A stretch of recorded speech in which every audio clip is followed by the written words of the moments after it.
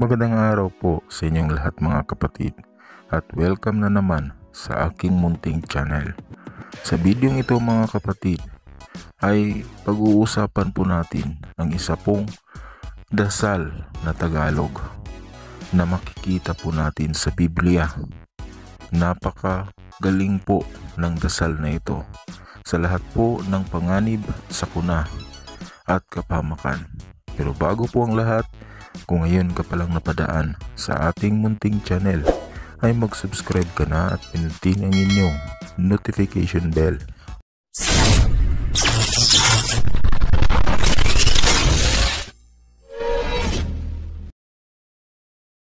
Alam po ninyo mga kapatid na marami pong napinsala sa pagdaan po ng bagyo.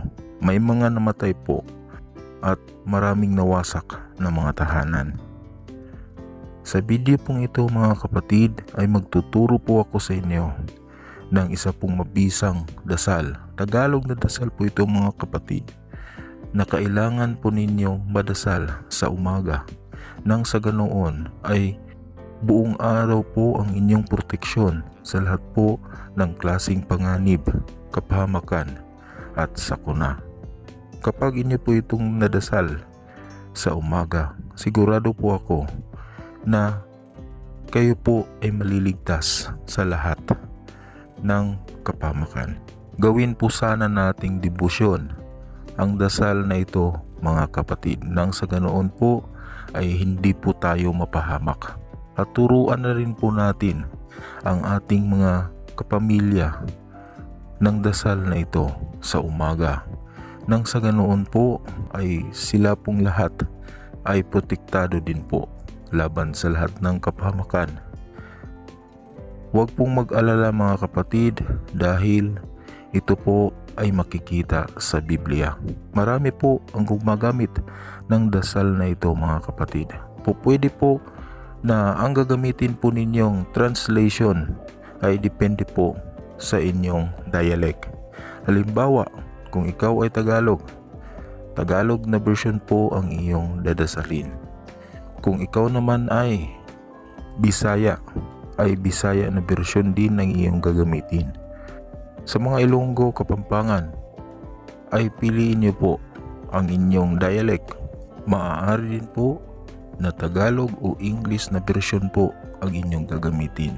Maaari pong ituro po ninyo ito sa inyong mga kapatid, inyong mga magulang, inyong mga tiyahin at tiyuhin.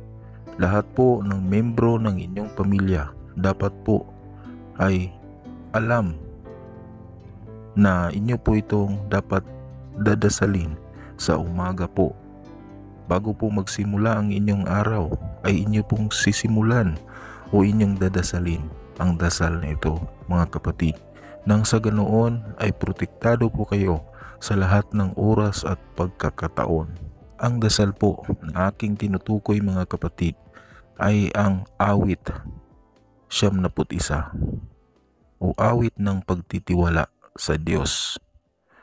Napaka mabisa po ng dasal na ito. Kung inyo po itong uusalin sa umaga ay mayroon po kayong proteksyon sa buong araw sa lahat po ng kalamidad, lahat ng sakuna, kapahamakan, panganib at peligro na inyo pong dadanasin sa inyong buhay. Base po sa aking nagdaang mga maestro noon, marami po ang kanyang napagbigyan nito ng mga sundalo at mga pulis at kanila po itong ginagamit na dasal bilang proteksyon po sa kanilang sarili. Lahat po ng kanyang napagsabihan ng dasal na ito na dapat itong dasalin bago magsimula ang iyong araw, lahat po sila ay wala pong nangyaring masama sa kanila kahit na sila po ay naka-assign sa mga delikadong lugar, sa Sulu at sa Basilan. Yan po ang sabi ng aking mga nagdaang maestro noon. Kapag nadasal po ninyo ito ay iingatan po kayo ng mga anghel ng Diyos. Sa mga nagtatanong po ng guide ng dasal na ito, maaari niyo po itong i-search sa Google Kahit anong bersyon po ang inyong gagamitin ay okay lamang. Basta't gawin po ninyo itong debosyon, dasalin sa umaga, bago po magsimula ang inyong araw. Ilalagay po ko din po ito sa description, ang guide po ng dasal. Tagalog at English po ang aking ilalagay.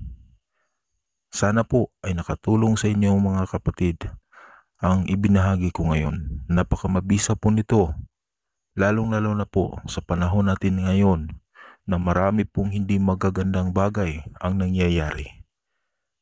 Sana po ay makatulong sa inyo ito mga kapatid. God bless po sa inyong lahat at ingat po palagi.